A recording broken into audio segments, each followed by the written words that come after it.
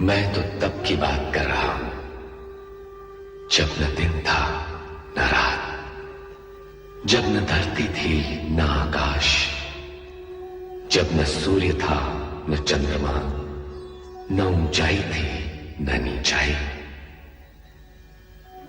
ये समय और भूमंडल के जन्म से बहुत पहले की बात है।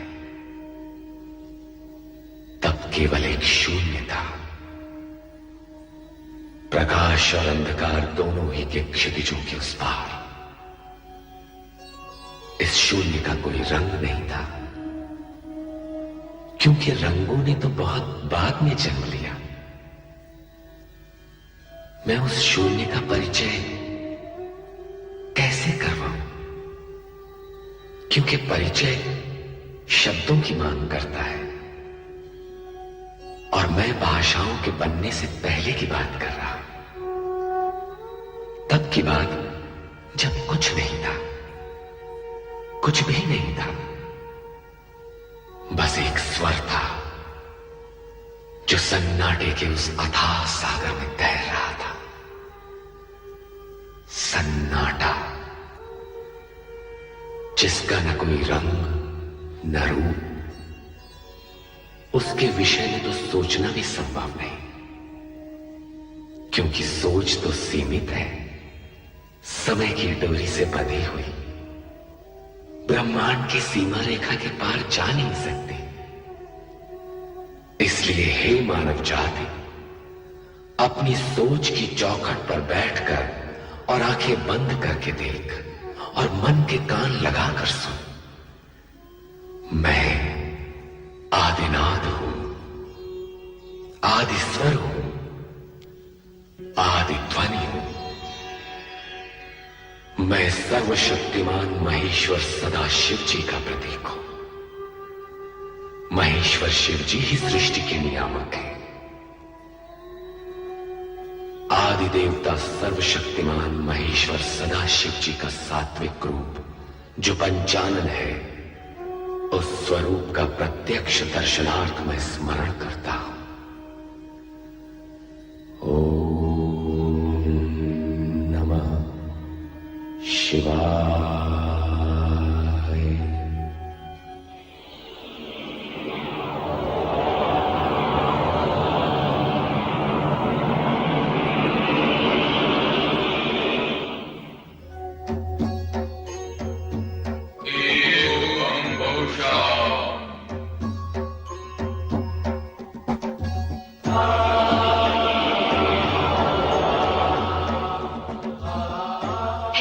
शक्तिमान महेश्वर सदाशिव, शिवा का प्रणाम स्वीकार करें।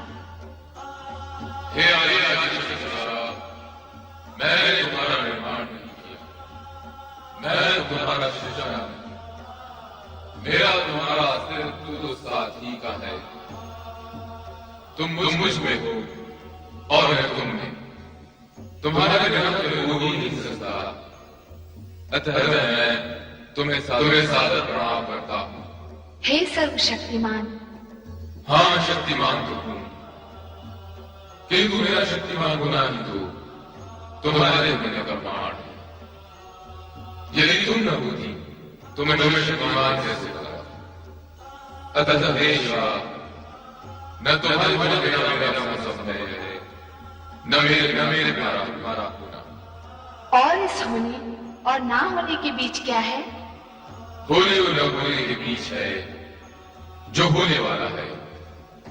ओम के अंकुर स्वर्ग के बीच। हे सर्वशक्तिमान, तो ये बताइए अब हम क्या करें? क्योंकि यदि आकार लिया है तब तो कर्म करना ही होगा।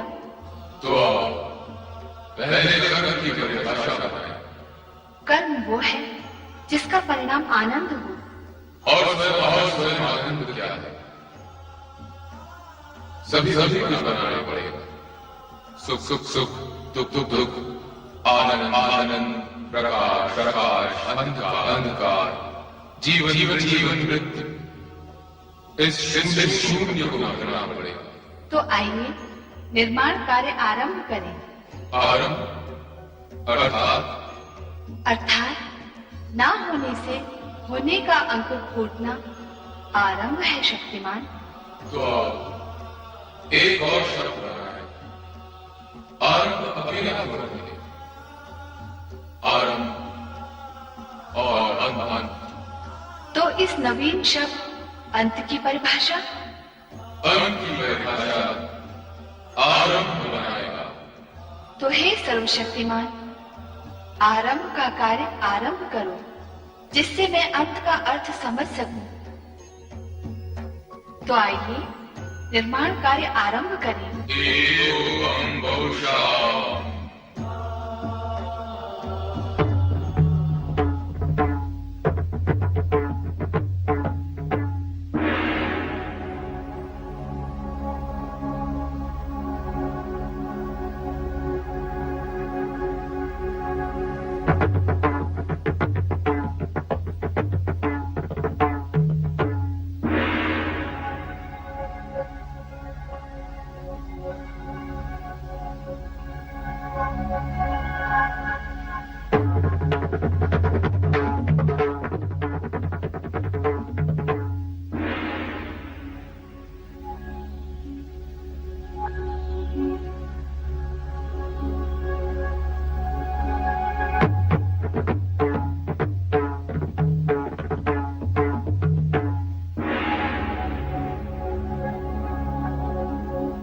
इस प्रकार संपूर्ण वातावरण में व्याप्त शून्यता को भरने के लिए देवादिदेव शिव और मां शिवा ने आकाश, वायु, अग्नि, जल, पृथ्वी एवं ग्रह नक्षत्रों की रचना की। तत्पश्चात स्वयं की रचाई गई आनंदपूर्ण इन रचनाओं के परमाणुओं में लय, ताल, स्पंदन और गति को संतुलित रखने तथा सृष्टि में कल्याणकारी तत्वों का समावेश करने के लिए प्रथम 6 रागों भैरव, श्री, बसंत, मेघ, मल्हार व नट नारायण का सृजन किया।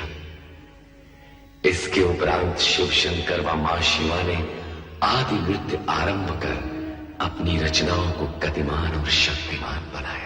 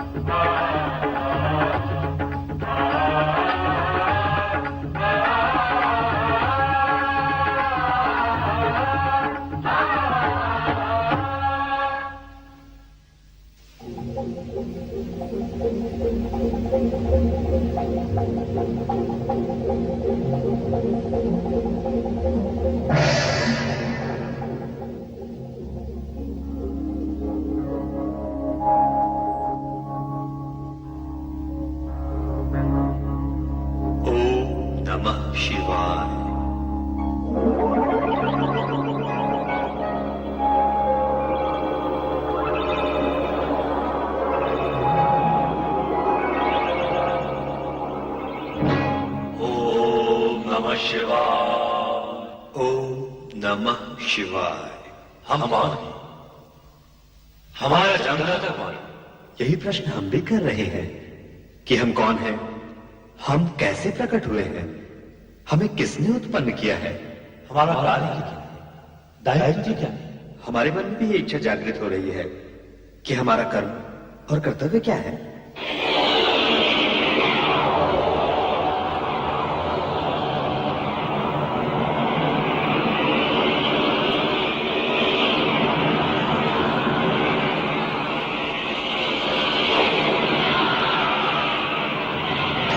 सर्वव्यापी चतुर्भुज श्री हरि विष्णु जी,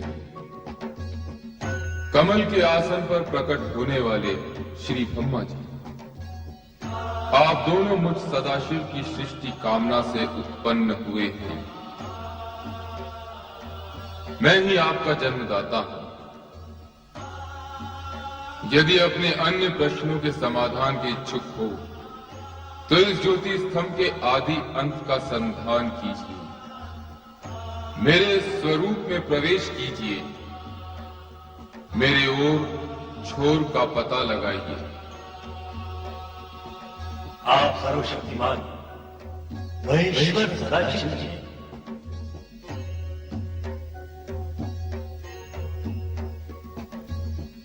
ये ज्योति स्तंभ आप ही का स्वरूप है, तो हम इसमें प्रवेश करके इसके आदि अंत का अन्वेषण करेंगे।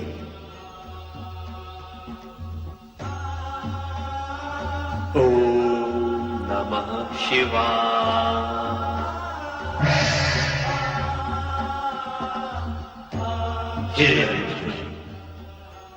आप इस ज्योति स्तंभ के नीचे की छोर का संधान कीजिए, और ब्रह्मदेव आप इसके ऊपरी छोर का पता लगाइए। अवश्य अवश्य श्री हरिविष्णु जी।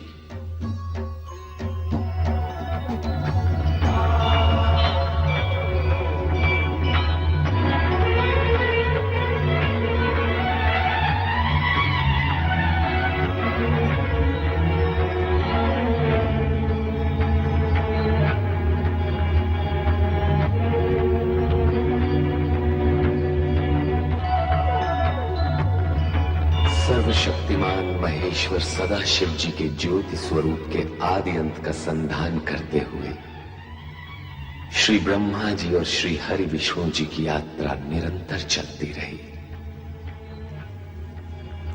इस बीच समय का चक्र घूमता चला गया।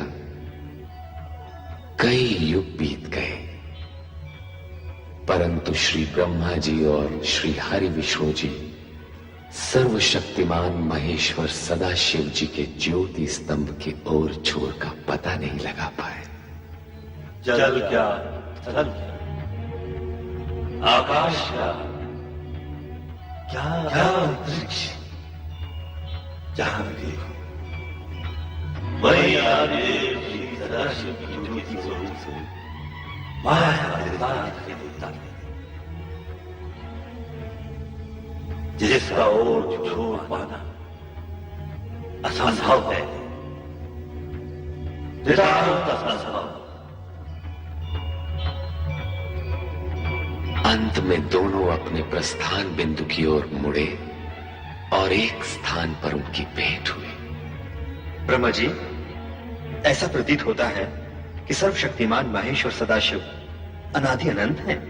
तब तो हमें संधान यात्रा छोड़कर सर्वशक्तिमान महेश्वर श्री सदाशिव से निरंतर करना।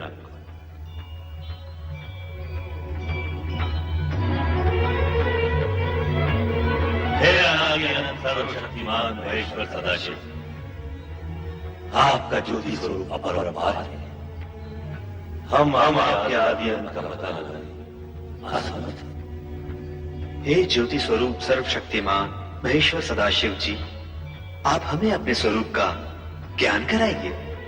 श्री ब्रह्मा जी, श्री हरि विष्णु जी, मुझसे ही उत्पन्न आप दोनों अब तक मेरे स्वरूप से अनभिज्ञ हैं, परिचित नहीं है, अपरिचित है। मेरी ज्योति में पहुंचकर भी आपके अंतर का अंधकार दूर नहीं हुआ। इस अंधकार को मिटाने के लिए हमें क्या करना होगा सदाशिव जी? हमारे अज्ञान अंधकार को मिटाने का उपाय बताइए महेश्वर सदाशिव जी। मेरे स्वरूप का दर्शन पाने के लिए अखंड रूप से मेरा ध्यान करते हुए आप दोनों तप कीजिए, तप ही समस्त कार्यों का साधन है। जो आज्ञा। हे सर्वशक्तिमान महेश्वर सदाशिव जी, अब हम तप करके ही आपको प्राप्त करेंगे। अवश्य महेश्वर सदाशिव जी, हम यही करेंगे। तप करने से आपकी दृष्टि निर्मल होगी और तब मैं साक्षात प्रकट होकर आपका मार्गदर्शन करूंगा। अब आप दोनों तप में लीन हो ओम नमः शिवाय। ओम नमः शिवाय। ओम नमः शिवाय। ओम नमः शिवाय। ओम नमः शिवाय। ओम नमः शिवाय। ओम नमः शिवाय। ओम नमः शिवाय। ओम नमः शिवाय। ओम नमः शिवाय। ओम नमः शिवाय। ओम नमः शिवाय। ओम नमः शिवाय। ओम नमः शिवाय। ओम नमः शिवाय। ओम नमः शिवाय। ओम नमः शिवाय।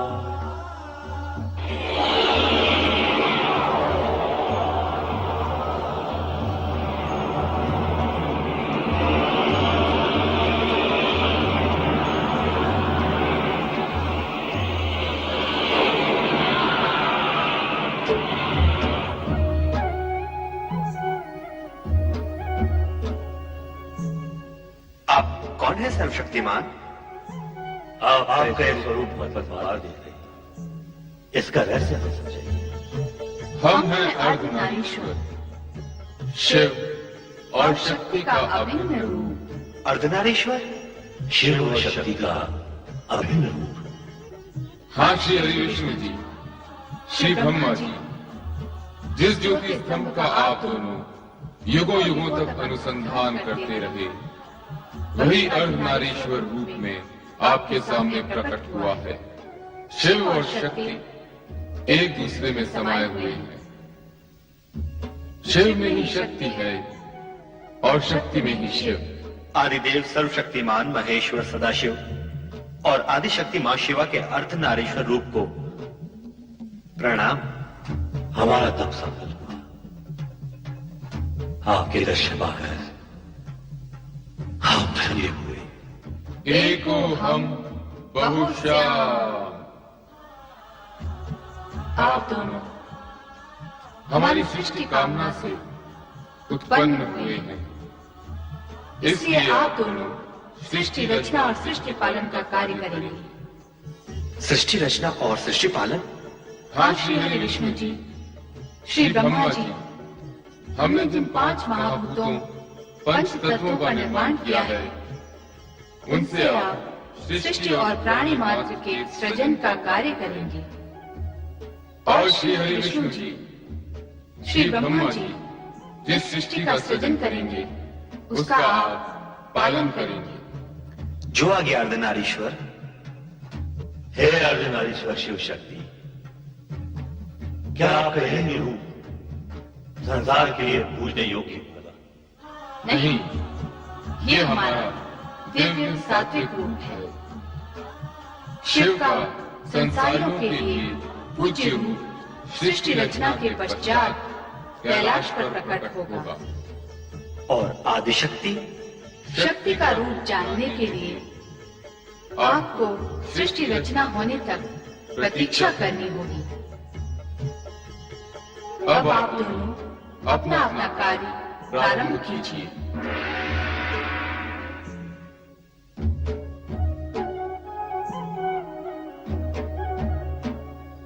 श्री ब्रह्मा जी, अब आप ब्रह्मलोक में स्थित होकर सृष्टि रचना का कार्य प्रारंभ कीजिए। अवश्य श्री हरि विष्णु जी। अब मैं आदि देवता सर्वशक्तिमान महेश्वर श्री सदाशिव की आज्ञा को कार्य रूप दूंगा। ओम नमः शिवाय। तदुपरांत शिवाज्ञा से ब्रह्मा ने पंच तत्वों से सृष्टि रचना का कार्य प्रारंभ किया। सर्वप्रथम उन्होंने ऊर्ध्व आकाश में स्वर्गलोक की उत्पत्ति की। स्वर्गलोक के सिंहासन पर स्वर्ग के स्वामी देवराज इंद्र के साथ उनकी सहधर्मिणी इंद्राणी शची प्रकट हुई। साथ ही प्रकट हुए इंद्र के सहायक देवता जो अमित शक्ति के धारक थे, और स्वर्ग की सुंदर अप्सराएं। स्वर्ग रचना के पश्चात ब्रह्मदेव ने 7 समुद्रों से घिरी सप्तद्वीप पृथ्वी की रचना की। ये पृथ्वी पर्वतों, वृक्ष लताओं और झरनों से पूर्ण थी। पृथ्वी पर भांति भांति के जीव जंतु, पशु पक्षी वन प्रदेशों में प्रकट हुए। स्वर्गलोक तथा पृथ्वी लोक की रचना के पश्चात ब्रह्मा ने पाताल लोक तथा नरक की स्थापना की। पाताल लोक के साथ ही वहां रहने वाले असुरों की उत्पत्ति हुई। तत्पश्चात ब्रह्मा ने सप्तर्षि वशिष्ठ, मारीच, अत्रि, अंगिरा, पुलह, क्रतु तथा पुलत्स्य प्रकट किए।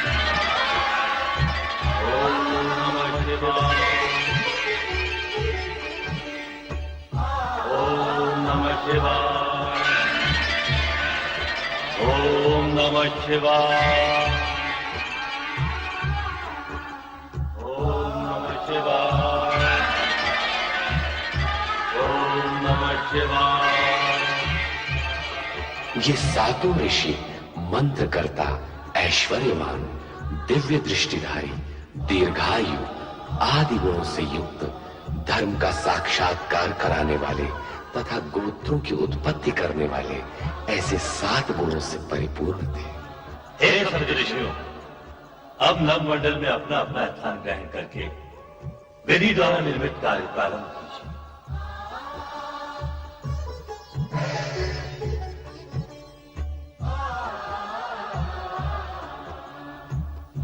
ओम नमः शिवाय। प्रणाम परमपिता। ओम नमः शिवाय।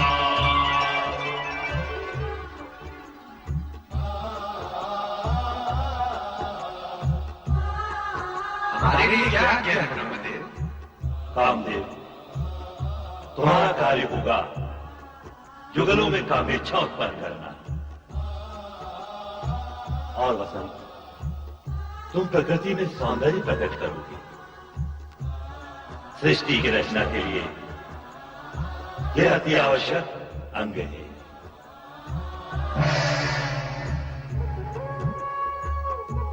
ओम नमः शिवाय। नारायण नारायण। नारद अपने मानस परमपिता ब्रह्मा जी को प्रणाम करता है। आयुष्मान भव नारद।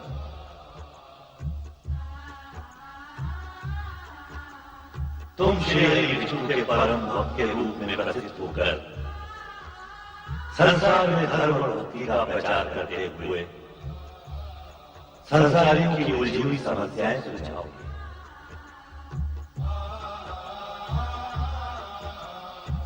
नारायण नारायण।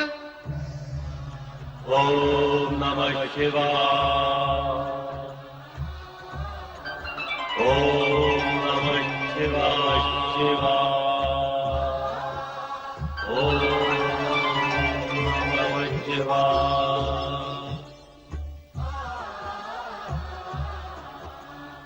सृष्टि में प्रकट होने वाले प्रथम पुरुष तुम मनु महाराज के नाम से जगत में प्रसिद्ध होगे। और सृष्टि में प्रकट होने वाली प्रथम नारी संसार तुम्हें शतरूपा के नाम से सदा स्मरण रहेगा। हमारे लिए क्या आज्ञा है परमपिता? आप दोनों वैदिक तथा सनातन धार्मिक विधि के अनुसार एक दूसरे को पति पत्नी के रूप में स्वीकार करके मैथुनी सृष्टि द्वारा प्रजोत्पत्ति का कार्य प्रारंभ कीजिए। जैसी आपकी आज्ञा परमपिता। ओम नमः शिवाय।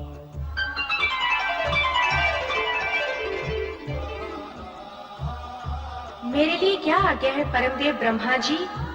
संध्या, तुम मनुष्यों में यज्ञ हवन की रुचि जगाने, इष्ट देवों तथा पितरों के प्रति आराधना का माध्यम बनने के लिए प्रकट हुई हो। तुम धर्म ऋषि के आश्रम में स्थान ग्रहण करोगे। जैसी आज्ञा परमदेव की। ओम नमः शिवाय। हे सदाशिव, आपकी इच्छा से ही हम ब्रह्मा विष्णु उत्पन्न हुए, सारी सृष्टि समष्टि प्रकट हुई। आप ही समस्त ज्ञान विज्ञान, कला नृत्य, संगीत और विद्याओं के आदि स्रोत हैं। मैं आपसे प्रार्थना करता हूं कि विद्या, निपुणता तथा संगीत साहित्य की प्रेरणा समस्त सृष्टि के प्राणियों में जगाने के लिए देवी स्वरूपी एक दिव्य शक्ति को प्रकट करें, जिसके आनंद से मानव मात्र में विद्या, बुद्धि तथा कला संस्कृति प्रकट हो।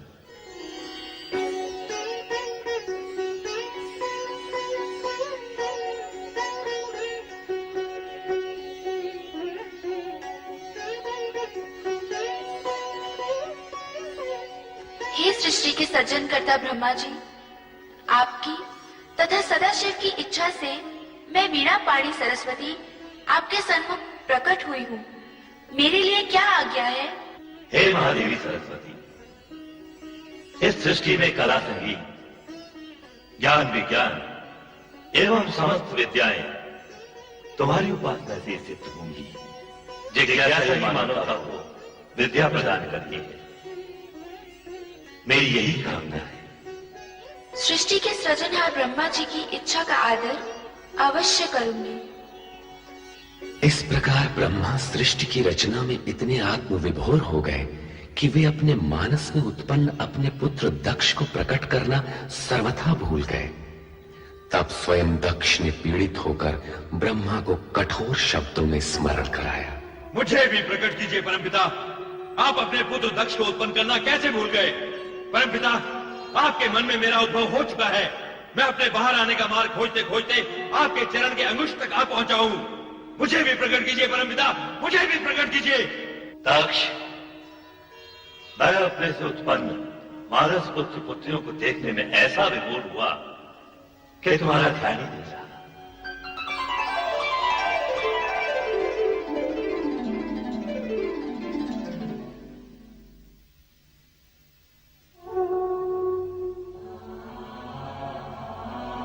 मेरे मानस पिता ब्रह्मा जी, मैं दक्ष प्रजापति सर्वप्रथम प्रकट होने का अधिकारी था, परंतु आपने मेरी उपेक्षा की। आपने ऐसा क्यों किया परमपिता? मैं तो इस सृष्टि से प्रजोत्पत्ति का दायित्व सर्वप्रथम मनुष्य कृपा को पूर्ण करना है। अतएव तुम्हारा अंत में प्रकट होना उचित ही है। आप ही ने तो ये विधान निश्चित किया है परमपिता कि प्रजापति का पद सर्वप्रथम मुझे प्राप्त होगा। अवश्य हम उस विधान के अनुसार तय करेंगे, परंतु पदोत्पादक तथा प्रजापति का कर्तव्य तुम विवाह करके ही पूर्ण कर सकोगे। अर्थात आपके कहने का तात्पर्य क्या है परमपिता? पहले तुम्हारा विवाह प्रजापति वीरण की पुत्री वीरणी से होगा, तत्पश्चात ही तुम प्रजापति बनोगे। जाओ, पहले ये कार्य पूर्ण करो। सोच क्या रहे हो पुत्र दक्ष? तुम तो प्रजापतियों के आदर्श बनने जा रहे हो। जाओ, मैं दायित्व पूर्ण करो। तुम्हारा कल्याण हो। जो आ गया परमपिता।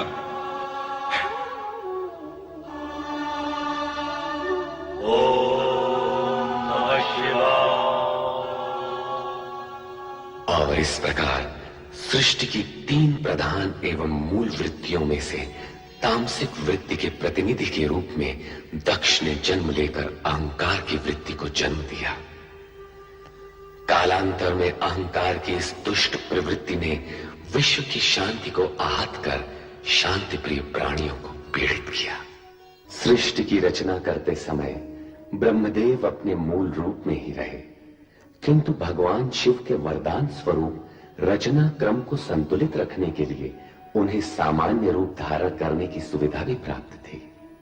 तत्पश्चात ब्रह्मा जी के आदेश अनुसार मनु और शत्रुपा का विवाह निश्चित हुआ।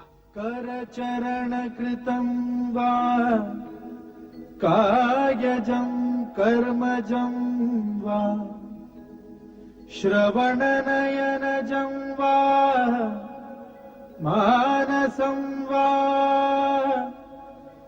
पराधं विहितं अविहितं वा। हे मनु, हे शत्रुपा, सृष्टि के प्रथम वैवाहिक नर नारी के रूप में आप दोनों का स्वागत है।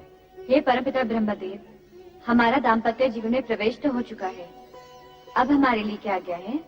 विधि के विधान के अनुसार अब आप दोनों को मैथुनी सृष्टि की रचना करनी होगी। हे परमपिता, विधि के विधान को हम आपके आशीर्वाद से सफल कर सकेंगे, इसका हमें पूर्ण विश्वास है।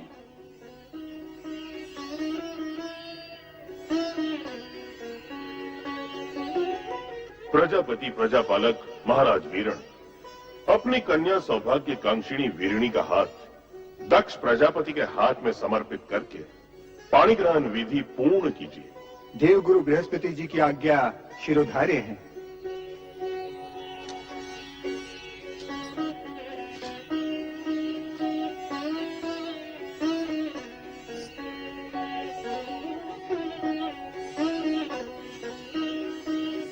मैं प्रजापति वीरण अपनी कन्या वीरिणी महाराजा दक्ष को समर्पित करता हूँ। सौभाग्यवती भव, चिरंजीव भव।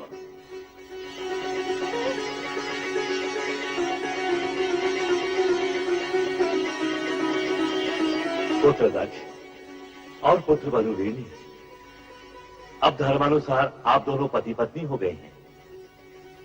मेरी इच्छा है कि मन, वचन और कर्म से प्रजा कल्याण हेतु आप अपना जीवन प्रारंभ करें।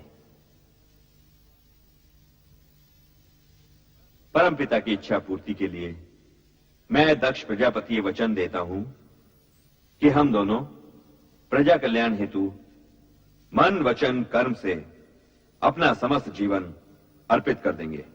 दक्ष द्वारा प्रजा के कल्याण हेतु समस्त जीवन अर्पित कर देने के आश्वासन से ब्रह्मांड के पंच तत्वों में स्पंदन हुआ। प्राणी मात्र के कल्याण का आयोजन समूचे वातावरण को तरंगित कर गया और तब प्रकट हुए कल्याण के सगुण साकार स्वरूप शिव।